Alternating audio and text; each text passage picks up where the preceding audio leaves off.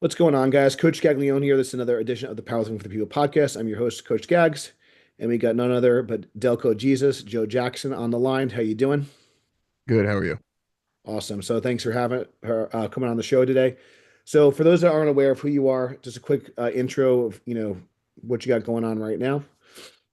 Yeah, been powerlifting since I believe it's 2019.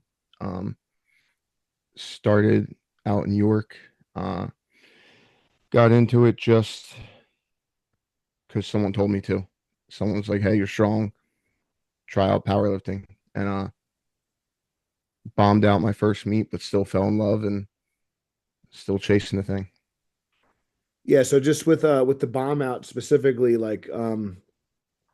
what like kind of happened with that, and then what was like your mindset like when it happened, and like what did you kind of do like as far as going back to the drawing board after like that first competition? So my first meet was the definition of a rookie. No coach, just had a group of people that came with me.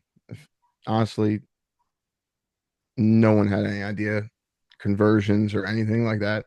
Didn't even know it was going to be on kilo plates. Um, and did fine on squats. I think it was like five something, mid fives that I hit. Um, Bench was high threes, and then bombed out on deadlifts.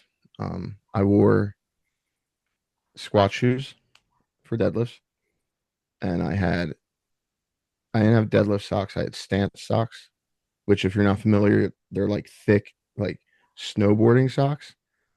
They're the opposite of what you should use. And I hitched on everything, bombed out, and it just it Yeah, sucked. and when you got those red lights, did you were you kind of aware of what you were doing, or you weren't like did someone like help correct you like when that was happening, or just out of curiosity? So I didn't ask the judges. I wasn't thinking that way. I mean, if you see me compete, I don't really think that's what my coach does for me now. But Sure. I walked into the back not knowing what was happening, and people there that were in the back helping, they told me, "Hey, like it looks like you hitched. You might want to try to change a few things." I tried, it didn't work. Um, Learned my lesson the hard way, but it didn't, in a weird way, kind of motivated me to go back. It was like, I'm not gonna let, like, I can't do one meet and be a bomb out and then never compete again. Like, I can't do that. That's embarrassing. So I got back under the bar. Yeah, no, it's kind of interesting. 'Cause, like sometimes, they say like, it's kind of cliche saying about you win or you learn. And I think that's great. And a lot of people in your situation, like you kind of show that your character of, okay, am I gonna let this loss affect me or what can I learn from it? So I think that's a really good attitude, I think, for people that are starting out. I also think that I commend you for sometimes people kind of go in, like you said, like yourself, and they were maybe like underprepared. But I think probably, at least from what I've seen, I'm not sure if you've seen this with some of younger lifters that maybe you've come across where like a lot of people are like waiting for like the perfect opportunity or they need to be strong enough or they need like oh, I need to total like 2,000 before before I even like step foot on a platform. I'm like, bro, it's like maybe we gotta like, change the order of operations. So I think that is good. Um, I think about some of the meets that I did. I started competing in 2006 and like how little I knew about like, pausing your benches and commands. And and I even practiced the commands and then I still didn't wait for the commands my first my first squat. So it's kind of funny. And then it's like, and I actually kind of knew better, but you still it's like it's just different when you're like in the gym versus like now you're like in front of these judges in front of a crowd and you have to like react and you could like know the rules ahead of time, but it's still like completely different like experience and actually like kind of doing it on a platform on a particular day. So going fast forward, like now you're starting to kind of take maybe lifting a little bit more seriously.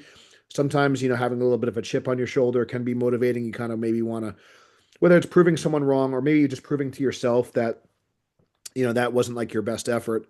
At what point did you feel like you really started to kind of come into your own? Was there like kind of a breakout meet, or was there any, I don't know, kind of defining a moment where you started to take things a little bit more seriously? Because obviously on that meet, obviously it wasn't so great, but I've seen you kind of compete at some, higher level competitions, and I know that I think you've totaled over 2,000 on a few occasions, which is, Yeah. still very, very impressive, numbers regardless of weight class and division and all that. So was there any kind of, defining moment or competition where you kind of felt like you were hitting your stride in terms of your competitions? Yeah, so it was a combination of two meets. Um, the meet I did after my bomb out was in that weird after COVID, but still COVID time. Where Yeah. it's like you have to follow all the rules, but Mhm. things are open. And it was under it was my last tested meet, USAPL. It was Steve Mann at my home gym. So I had everyone there, and it also it kind of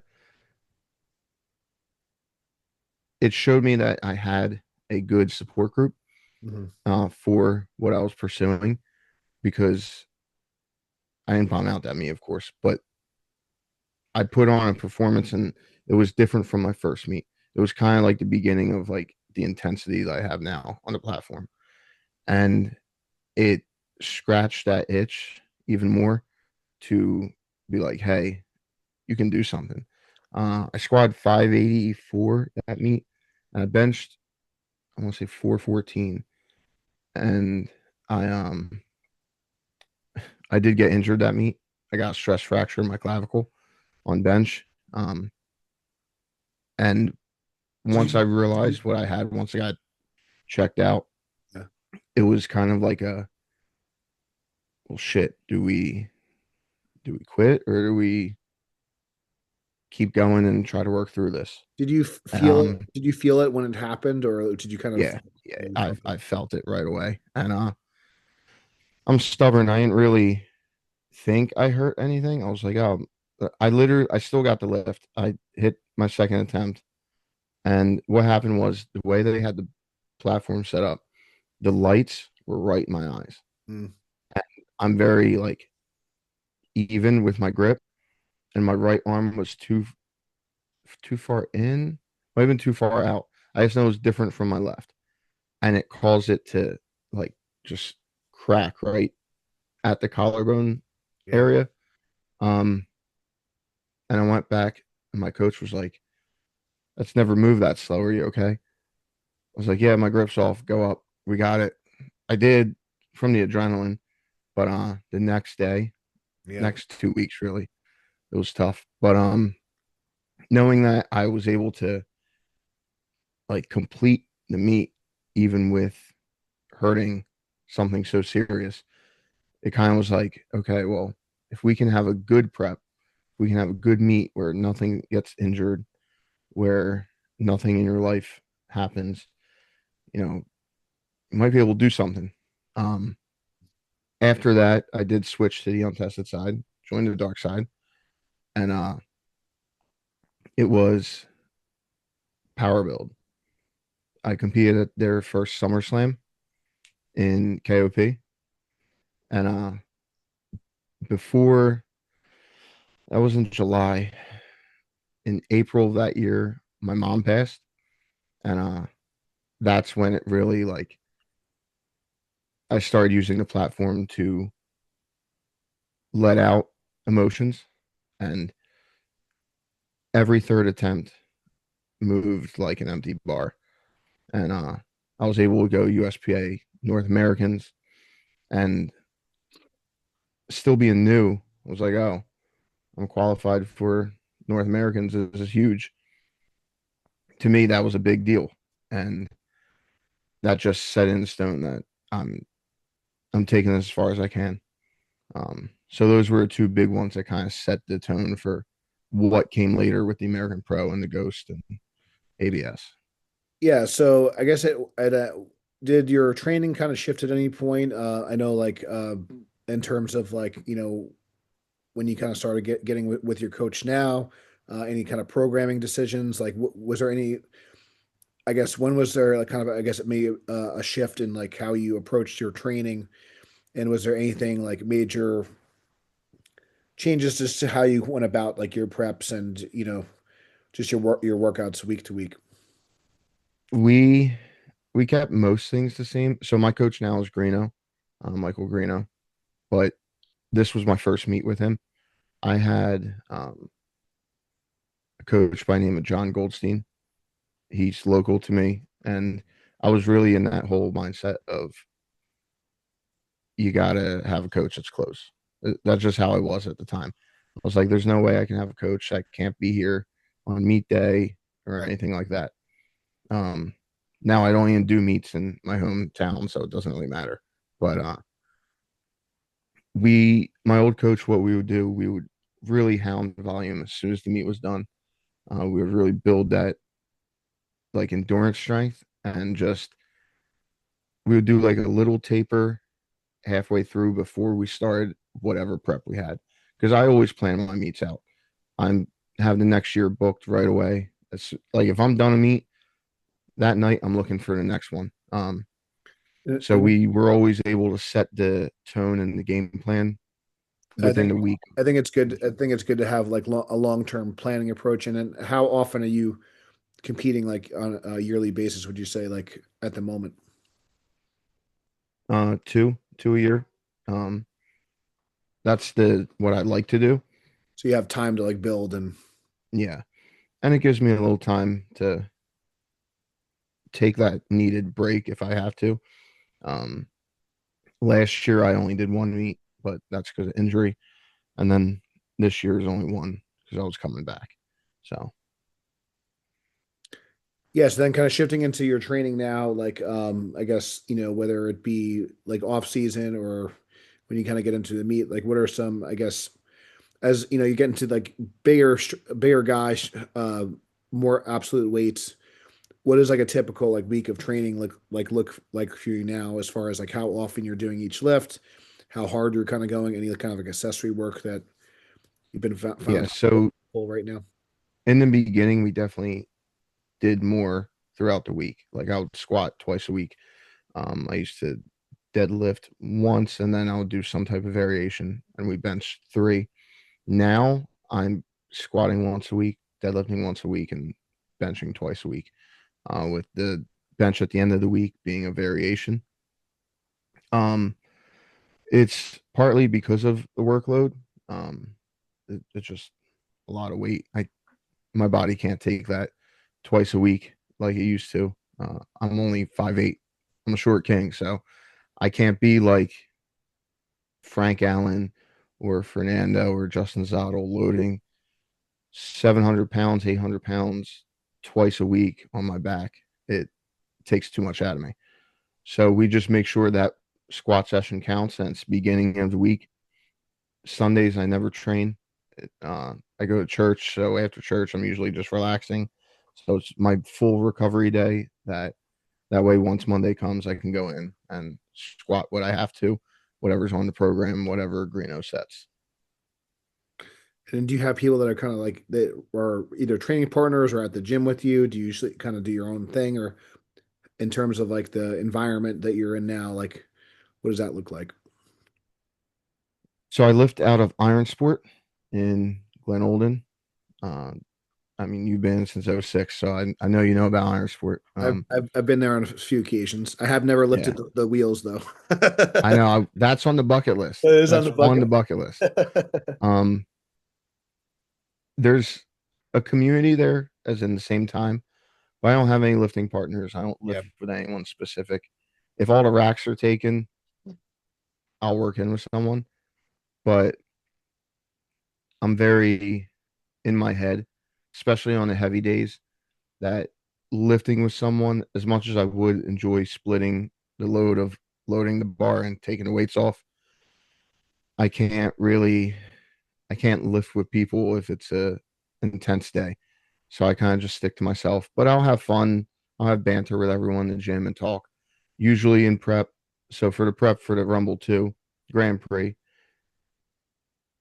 it wasn't until about 8 weeks out more like 6 to 8 weeks out. I was like, hey, I'm not going to talk until I'm done my top set, and I'll bullshit all day. But if it's just regular training session, I'm usually doing my thing, hit the top set, and then just cracking jokes with everyone. But I don't lift with anyone specific now. Yeah, so I think that's maybe something we can kind of chat about a little bit more in detail. So, because you seem like a very kind of more relaxed guy, in this type of setting, right? We're just having a casual conversation. But I'm sure if people have seen you lift and when you're competing, you kind of have like a switch is flipped, right? So when you're training and you have like a real like you see your plan, you have a heavy day, you start to kind of think about. So are you kind of thinking about like mentally preparing for that, like the night before, the day of, and then like when you kind of get to the gym, what are you kind of doing in terms of like to help yourself get like really mentally in check before like a really like heavy squat, for example? Like what are some things that you do personally to kind of get ready for that? So if it's a heavy squat, just on program and prep. Um, Usually the night before, like a we're talking like a big squat. Like so, my best is 826. So, for example, what was it? 2, maybe 3 weeks out, I took my last heavy squat of 793 for the ABS meet. And night before, it's the same as like a meet for me.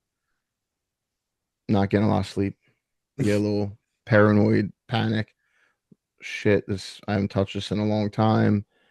I gotta make sure I can do this. I gotta make sure I keep everyone safe. I'm not trying to hurt myself or hurt others because I need a spot for that. And then day of, so I lift after work.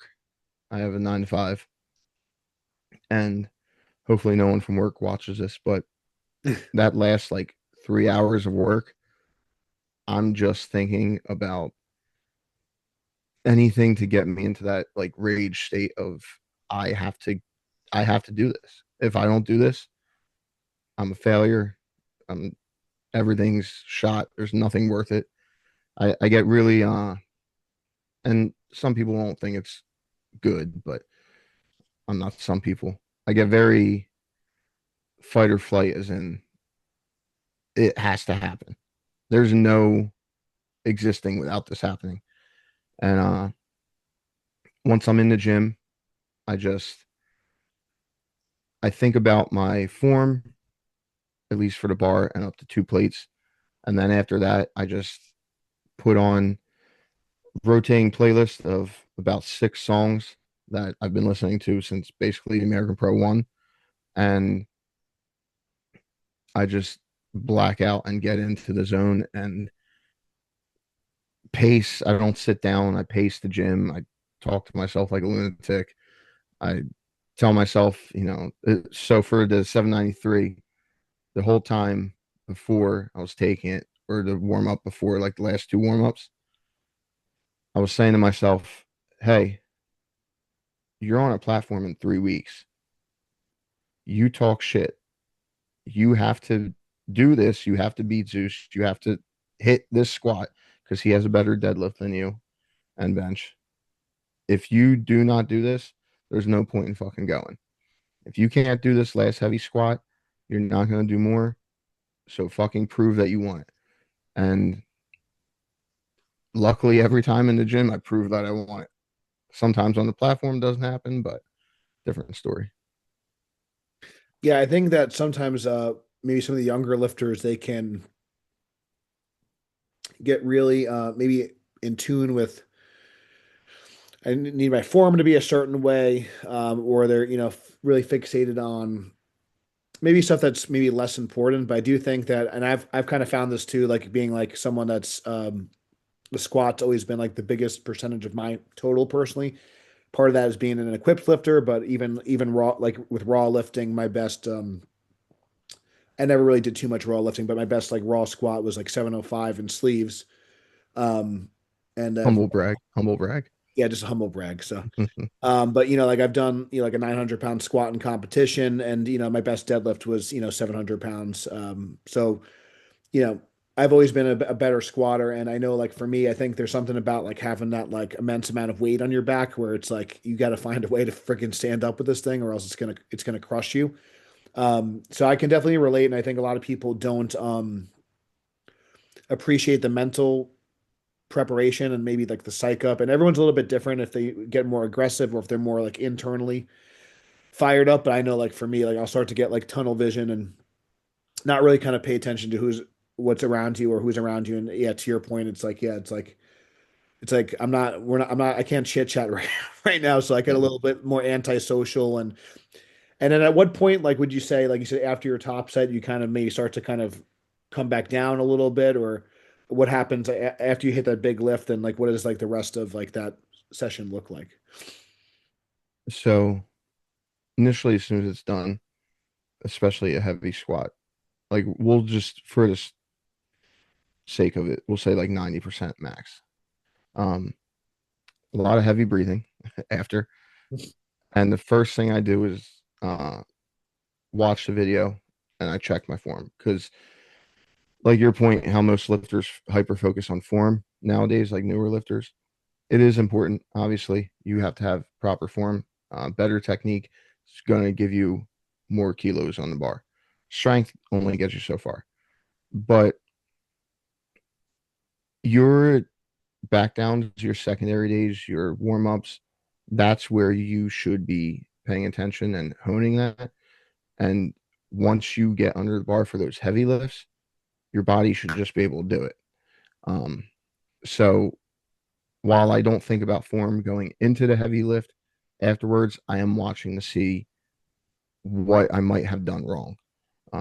Big thing before this meet was my chest would cave because I'm a dive bomb squatter. So it would cave a lot, and it cost me at the American Pro 2 to miss 848. It just caved and I couldn't recover. You can't really good morning 800 plus pounds. It's not easy. But after I watch, see what might have went wrong or what was good, it kind of just is a switch. Uh, I just flip it off, and my back downs I can do fine. I'm out talking, being social.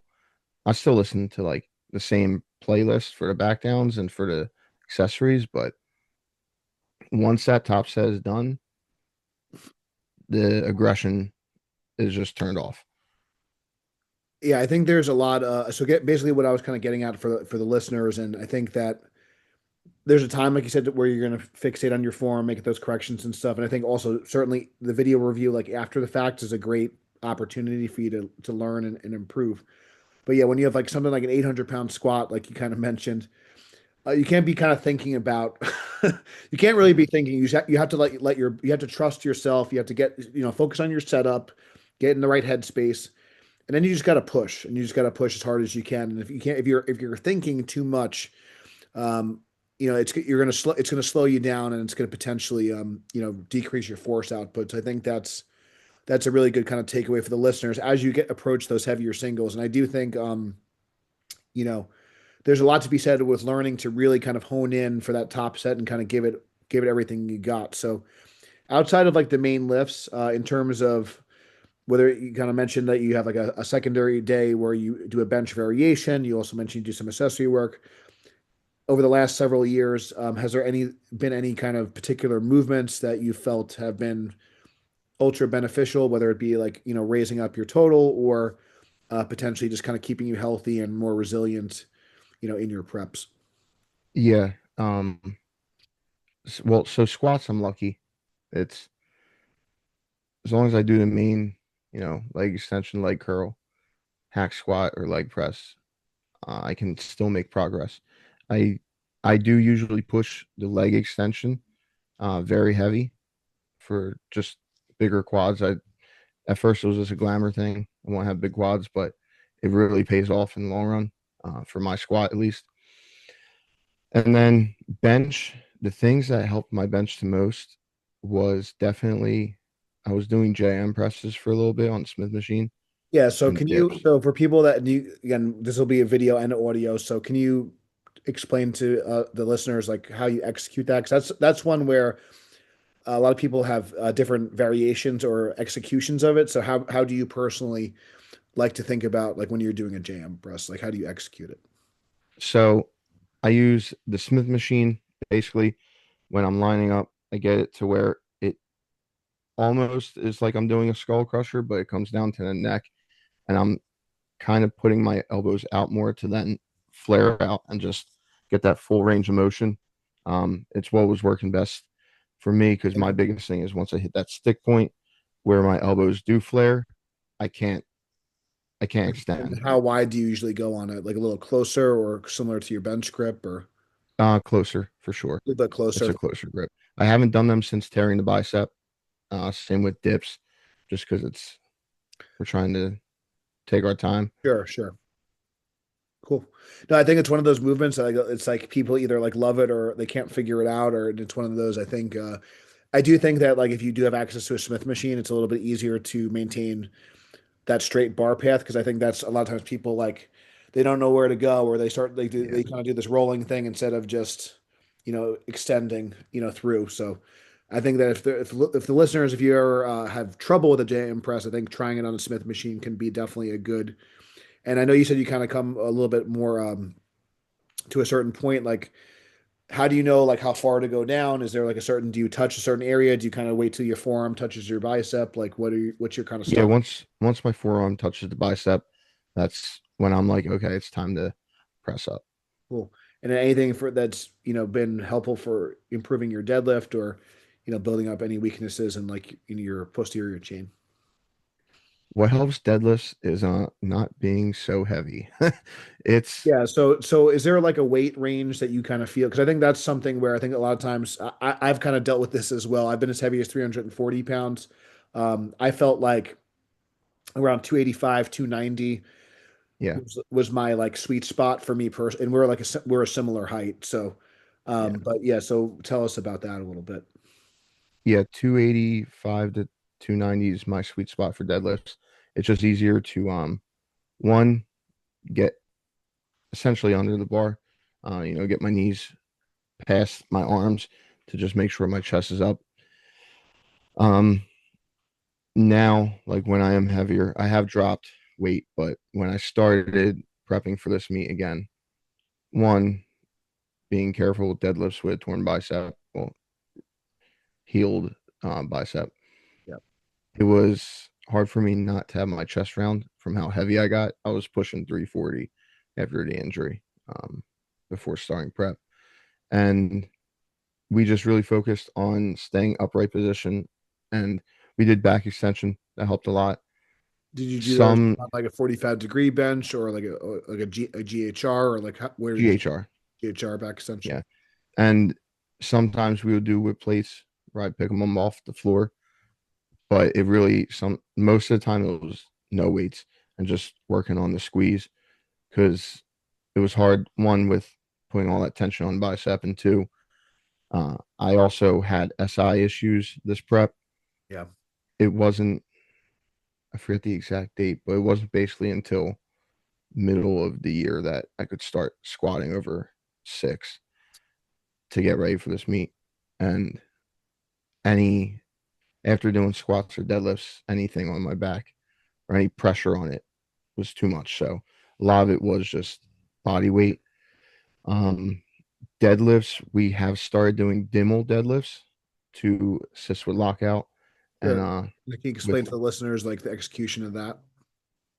yeah, so we bring it we bring it right to you do the deadlift normally, and then what he has me do, just bring it right below the knee and then explode up on lockout and just trying to time my knees and my hips because the biggest issue with my deadlift when it gets heavier and because of my size and my position, I tend to lock my knees before I'm even extending up.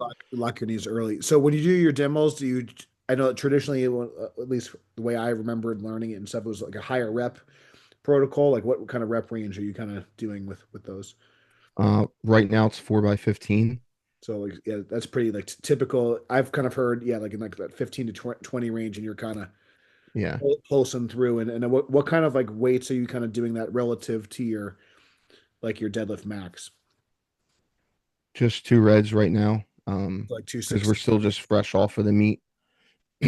But I don't see us pushing that too heavy because we do that after my deadlifts. And right now we're doing pulses, same thing to work on locking the knees and extending at the same time. But yeah, I don't see us going probably past 330 ish for that if we have to. But that's Greeno's decision. I let him pick the numbers. I Yeah, no, can't I do think that. it's good sometimes for people to like, understand like, like if you're a 700 pound deadlifter and you're using 265, and sometimes you don't always have to like do these crazy heavy weights on your secondaries. And I think that's can be misunderstood or maybe just misapplied. And I think also too, also as a power lifter, sometimes like you kind of mentioned doing pauses and stuff like that. Using tempo and using pauses to help ingrain better positions and kind of build strength in maybe weaker areas, I think is also good. So you won't have to use a higher load, but you're making the variation more difficult to train a specific part of the lift or a specific quality. So I think that's kind of good for people to hear because maybe sometimes a newer lister, they might hear, you're an 800 plus squatter and but you don't always have to be doing those like 90% plus weights, right? So that's going to be more reserved for like a peaking context. So I don't know if there's anything else you want to add to that or anything else advice that you have for people that maybe some of the newer lifters that are maybe tending to overdo the intensity or like maxing out like too often in their off seasons. Yeah, I guess we could leave it at the fact like not because I think it's a big reason why newer lifters max out so much or they try to push accessories and this, that, and the third is they see it on Instagram, they see it on social media, Yeah, and it's it's not real life.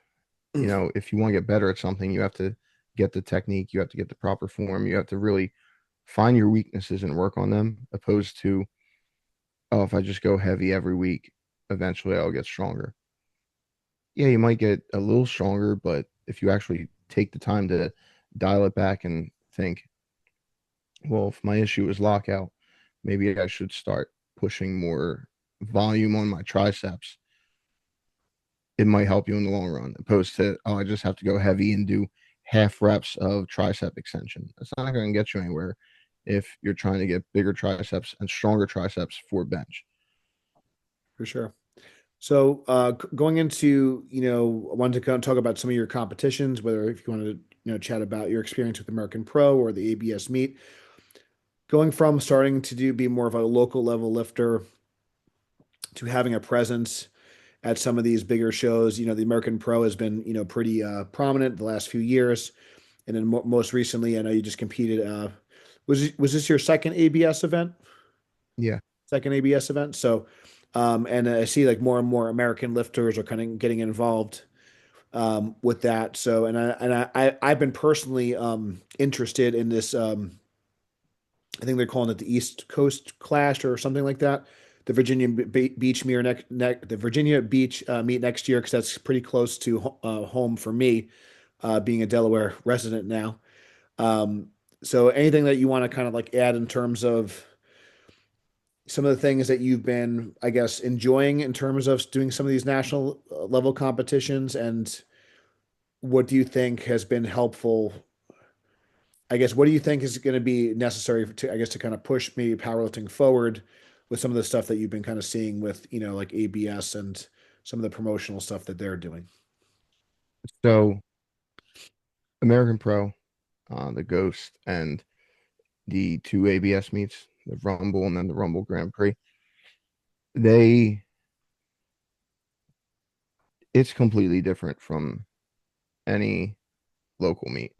Um, Even states where they're kind of bigger meets, like state championship.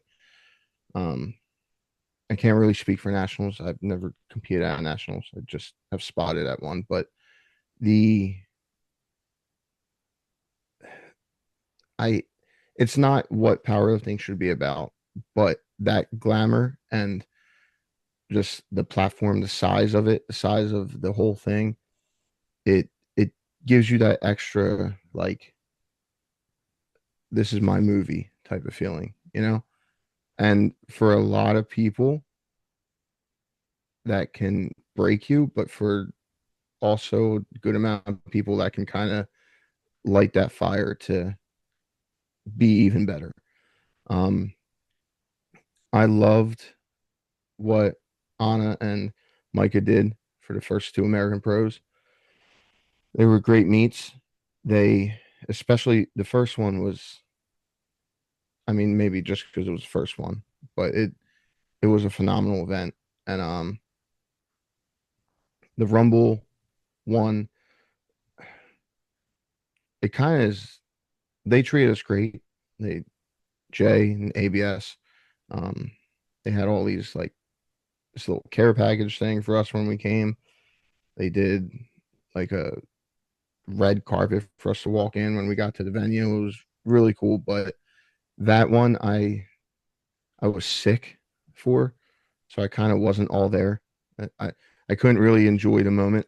Yeah. Um, but this one, even though it was at STS, which is a very nice gym, bigger than what it looks like on Instagram, it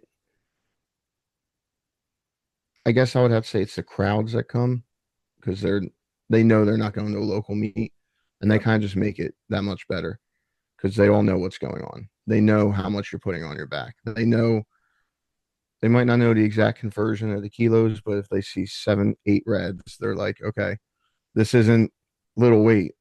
Uh, so it's really just a combination of everything that the meet directors, whether it be Jay, whether it be Anna, Micah, they or even Alex for the ghost, they just know how to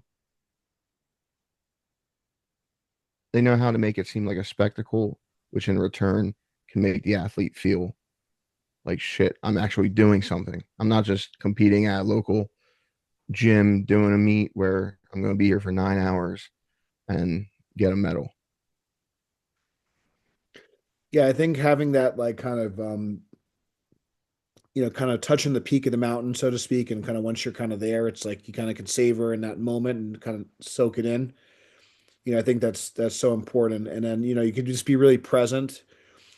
I know with myself, there's a couple of moments in my own competing and, competing at the Arnold and stuff like that. Having to qualify to get there and, the road it took to get there and then just being like kind of present and kind of soaking it in, it kind of is definitely special. And even on the coaching side of it too, I know it's really cool to see like all your athletes, hard work kind of pay off. You kind of did this really kind of grueling prep and you finally make it to game day and you kind of soak it all in. So I think that's definitely cool. In terms of ABS specifically, in terms of how they are doing the press conferences and some of the media, some of the weigh-ins and stuff. Is there anything that you kind of feel like has been helpful for promoting those things or things that you kind of really like about that's been kind of fun for you? Because I know like for me, I'm kind of definitely a UFC fan. I've been a UFC fan for a long time, and I think that having some storylines, having some rivalries, I think those things could be interesting for the fans and interesting for the people that are kind of following along.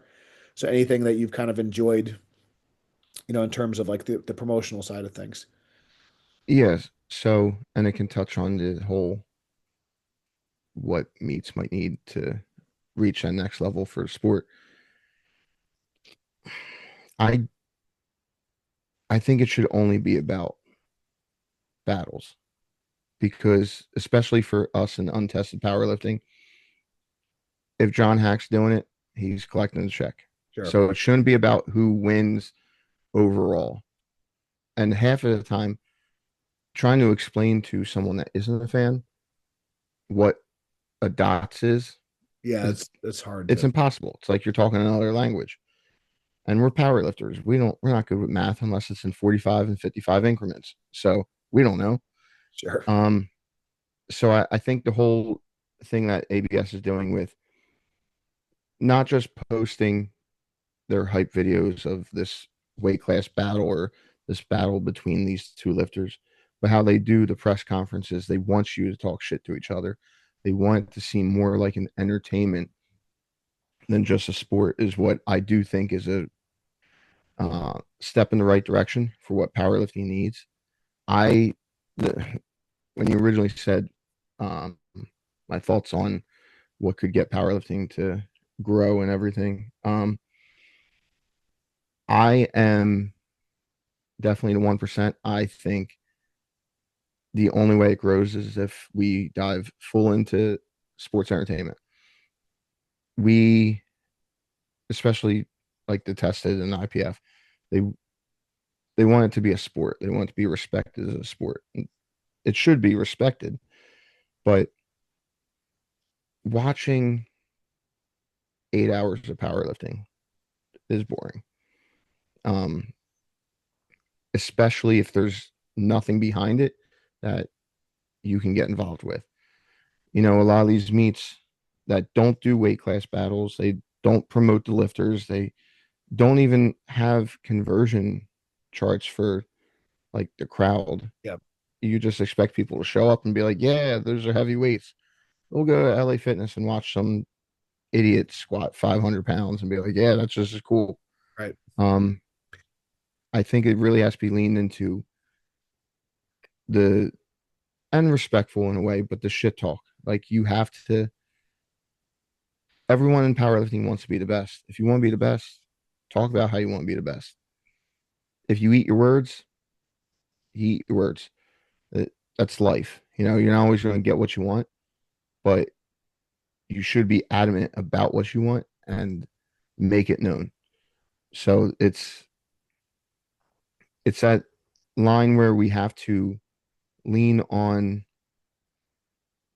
being entertainers but still performers because that's the only way it's going to grow. It's the only way we're going to get people to watch it that aren't just our family and friends Right. or other powerlifters. You know, I'm a huge WWE guy. I went to WrestleMania night one and night two, and I watched wrestling in between, like the morning of. It was over 24 hours of wrestling. I was not bored once, but it's entertaining. I love powerlifting. I could not watch a meet that's 24 hours, you know? I would go crazy. Um, so I really think that's the big thing that we would have to do is lean into hyping up battles between people. And even if there isn't a battle necessarily, still putting some type of factor in that gets people involved. Um, Interviews, podcasts, stuff like this, I think is great too because it lets people see the lifter at another level and not just them competing. And the only way to build a fan base for a sport is you have to have athletes that people want to invest in, that they want to see, that they're like, hey, you know, I can kind of relate to this guy or this girl. And if they can do it, you know, maybe I could do it. Or I want to see them succeed. I want to see them do good. Or I hate that guy. I want to see him fail. We should be embracing that as well. Like Russell Warhe, he's a polarizing figure. People love him, but people do hate him. Both groups that love and hate him are why he's successful. Because the algorithms, social media, they don't care if you're positive or negative. If you're getting traction, you're getting traction. And it should be looked at the same for these federations that want to grow. Yeah, I think a couple of things to highlight on is that you make it a show, even if it, whether you think it's a sport or a spectacle or some combination. Um, I think you hit the nail on the head in terms of, especially with like kilos too, um, kind of cluing in the fans on like what's going on, who's winning. That's always kind of frustrating to like you don't really kind of know like who is in the lead, and that's where I kind of think I think powerlifting could definitely take some notes also from strongman, not just like UFC and stuff like that, because I think it's a lot easier for people to. So just as an example, like we just did like a charity. I'm not saying that powerlifting should change their format, but we did a charity bench press contest at a local gym, and we just kind of did it like more strongman style, where it was a rising bar, and then people would kind of drop out, and then it was very apparent who was like in contention to like lift the most weight because it was kind of a last man and last woman standing type situation.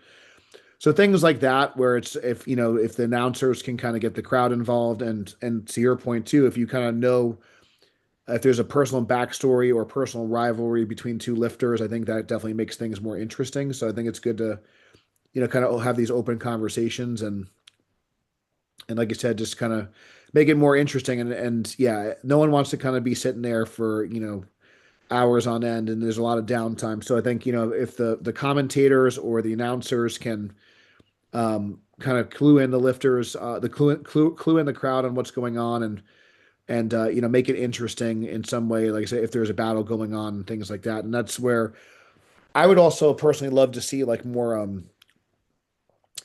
like single lift type events too. So I think it's also potentially better for the athletes in terms of like if they're not doing as many full competitions. I think that could be something where they could have a little bit more longevity as well. And then from a fan standpoint, let's say you had like a bunch of like 800-pound squatters or something, kind of just do like a squat only meet or a deadlift only meet or whatever it is.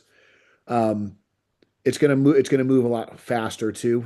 So I think those are just some different things to consider: the pacing of the meet, what's going on, getting the crowds involved, and then the kind of the backstory and the kind of the media kind of leading up to the event. So um, yeah, and then the other thing, I just kind of curious your take on like with ABS. I thought it's kind of interesting where some meets, they have different, sometimes you have to walk it out, sometimes it's on a power bar, sometimes. So I'm just kind of curious what your experience has been like, with some of the different situations, even in terms of judging some of the different rule sets. Like, how have you kind of adapted to some of those different conditions?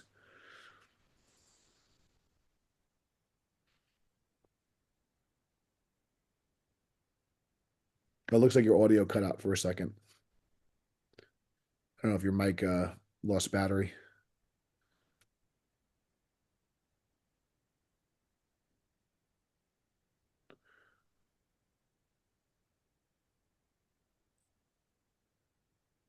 Can you hear me? Good. Good. We're good. Yep. Um, put it back. So I'm not one of those people that believe that we should only be on one bar. Um, I love a squat bar a lot more because I go all the way out with my grip, so Yeah. it's easier on the elbows.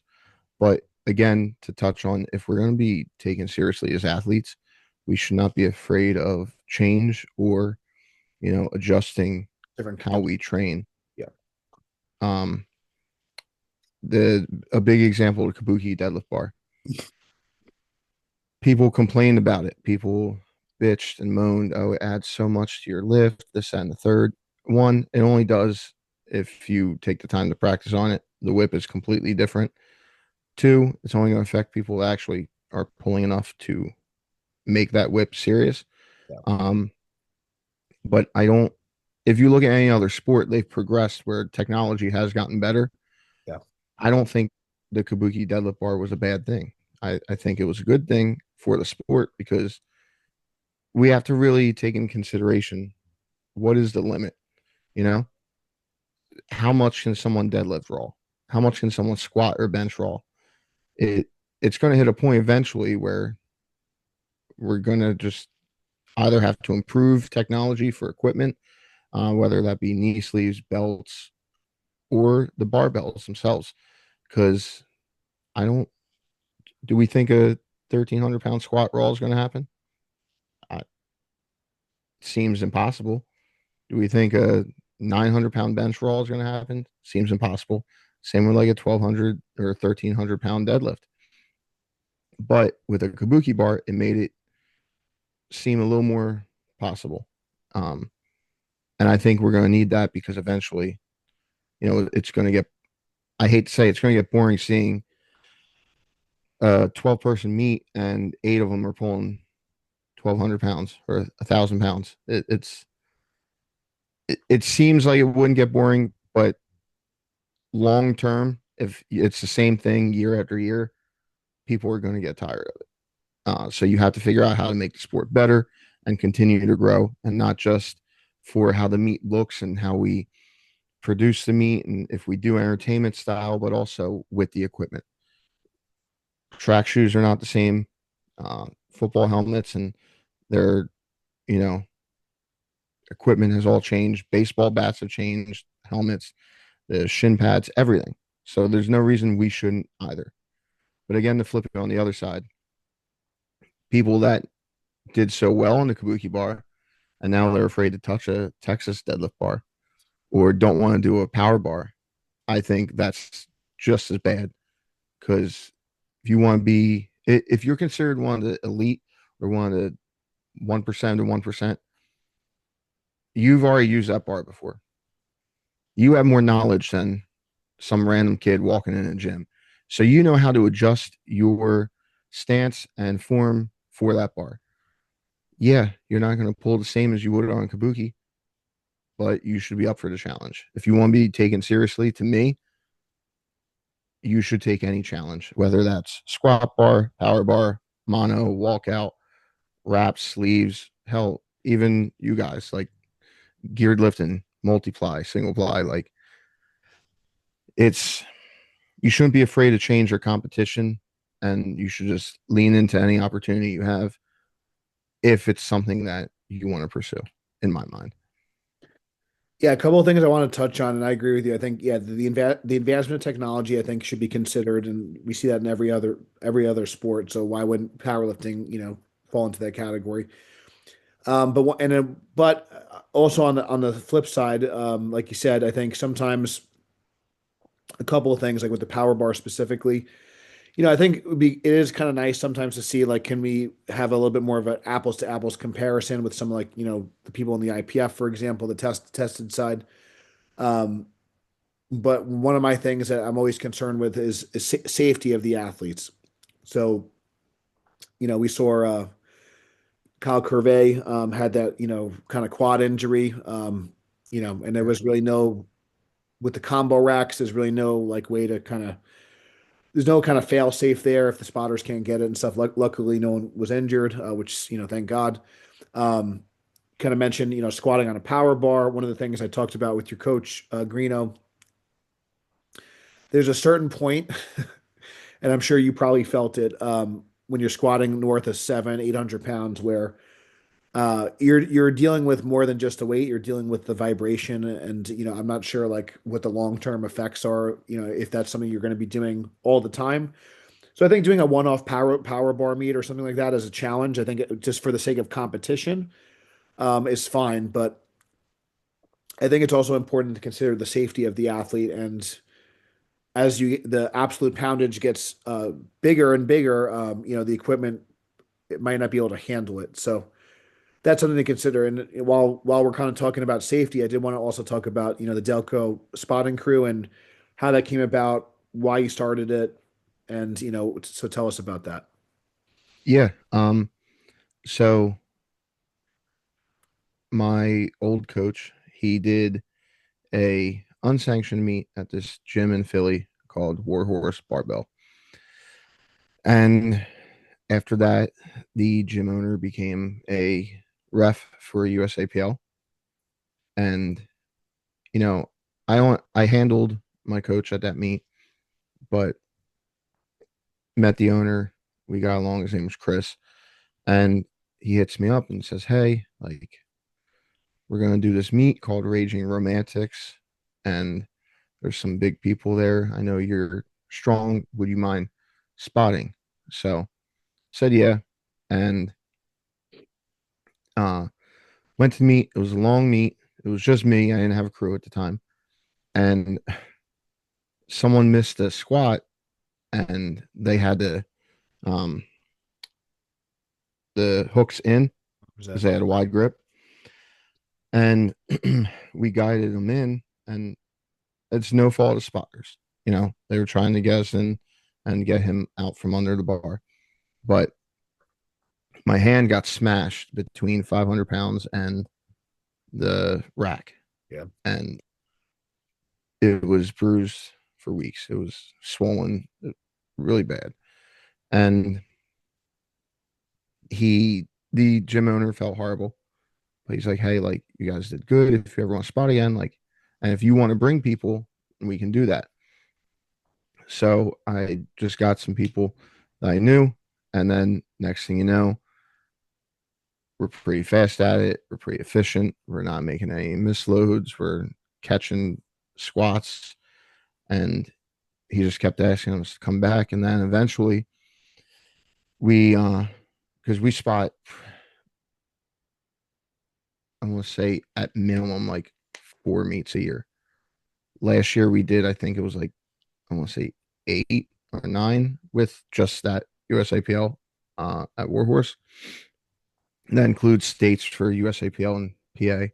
And then they always host a primetime meet. And then Powerlifting United reached out. It's like, hey, we're going to have nationals in New York, Jersey, New York area. Can your crew come? So we got out there, and it was at that point I'm like, okay, like if we're going to do other meets, we should probably Sure. have like a name. Because my biggest thing is it's a team effort. While yes, I run the platform as in I call out the weights, I make sure everyone's okay, make sure I tell people if they have to sit to go sit, and I bring people in signed spots. But to me, that's just my job. But we're all a team. We're all equals. So I wanted it to not be like, oh, just hit up me on Instagram if you need spotting. I wanted an actual page that I could not just post about us spotting loading and show what we've done, but I want to show off the people in the crew. I don't know. You followed the page, so you saw like the first 6 posts are just of the lifters that compete and they're still spotting and loading and giving back. And I just want to make it to where one, it's easier, it's less cluttered by going through my social media, and two, it's not just about me, it's about the entire team. Like you want this entire crew. And I'm love everyone in that crew. They do great work. So I always would I want to put them ahead of myself. It's not me, it's not just them, it's us. Yeah, and I think we were kind of talking a little bit off air. I think it's important that like if you are a newer lifter, you're getting into competitions, you know, and I say this for judging and everything else, and there's other like red tape, but you know, if you want to also be part of the community, if you want to make a change, if you want to contribute to the sport as a whole, you know, whether it's scorekeeping, judging, spotting, loading, eventually, you know, directing meets, things like that. It is good to give back. It is good to like kind of, you know, put yourself in those shoes because sometimes I think it also gives you a different appreciation for what goes into a meet, the level of care, the level of attentiveness that you need. Like you said, it's a long day, it's hard work, and I think especially when it comes to like the spotting and loading, um, you got to be like have your head on a swivel. You got to be engaged. You got to be able to communicate with people. So I do kind of commend you for kind of putting that together, and it's definitely wanted to something I wanted to talk about. So is anything else that you wanted to kind of discuss on today, whether it be about the spotting crew or where can people find your pages and learn more about what you do? Yeah. So spotting crew is Delco Spotting Crew on Instagram. The email is the same. It's Delco Spotting Crew at gmail.com for any inquiries. Try to respond within a day. I do handle the email portion, but then I have someone else that works with me for the Instagram page. And then my Instagram is Delco underscore Jesus. I am doing that Virginia Beach meet for ABS, and I'm going to beat Zeus. he's he's getting his Start, ass whooped. it's starting now. It's starting now. Let's get ready. Oh, it's got to. Well, have you talked to Zeus yet? I did. I did talk to, yeah. So, Yeah, so that's his hometown, yeah. but it's my birthday weekend, Oh, okay. Okay. so Nice. something's got to give, and it's going to be his old ass. But so yeah, my Instagram is Delco underscore Jesus. That's the next meet, and the I guess two other things I'd like to touch on. One, so before powerlifting, I got into lifting due to depression and you know not wanting to be here. Um, Lifting is a great outlet. I don't think it's the answer, but it's a good start, So I would like to at least partially end on, if anyone is struggling, don't be afraid to reach out to Yeah. anyone close to you. Um, you're not a burden. People do care. And if you truly don't think you can reach out to anyone, if you follow me, if you don't, reach out to me, talk to you anytime, because being alone sucks. That's why I wore the shirt. It says alone we may be lost, but together we stand tall. Even though powerlifting is like a you sport, you've been to meets long enough. It's really not. It's just on the platform. And it's a great example of powerlifting of we're only as successful as the spotters, the refs, the meet directors, everyone involved. We can't do it alone. So that's a big thing I'd like to end on is, you know, just remember you're not alone. I appreciate you saying that. It's tough. There's, I think that this world is riddled probably more than ever with, anxiety, depression, and just people that do feel alone and do feel maybe that they're struggling, whether it be financially, mentally, or maybe they're not where they want to be. But I do agree with you that having some sort of positive outlet and being part of a community of people, and I think powerlifting is, as fractured as it is in terms of federations and stuff, I do think that at least, I'm sure you would agree that I'd say the overwhelming majority of people that are willing to, answer your questions, willing to lend support, willing to listen to you. And that's why I think it is important to have these conversations. And it's why I try to get, people from all different walks of life, states, backgrounds, ability levels. I do think it's important that you can find someone that you can relate to and then know that you're not alone. So I think that is a really good message to end on. So definitely give Delco a follow. Thank you guys so much for coming on. And if you guys are interested in the spotting crew services, definitely would check them out as well. If you're a meet director or if you're looking to run meets at some point. Thank you guys so much for listening. If the podcast helped you, please give it a 5-star review. It helps other people find us. Until next time, stay strong, and we'll see you soon.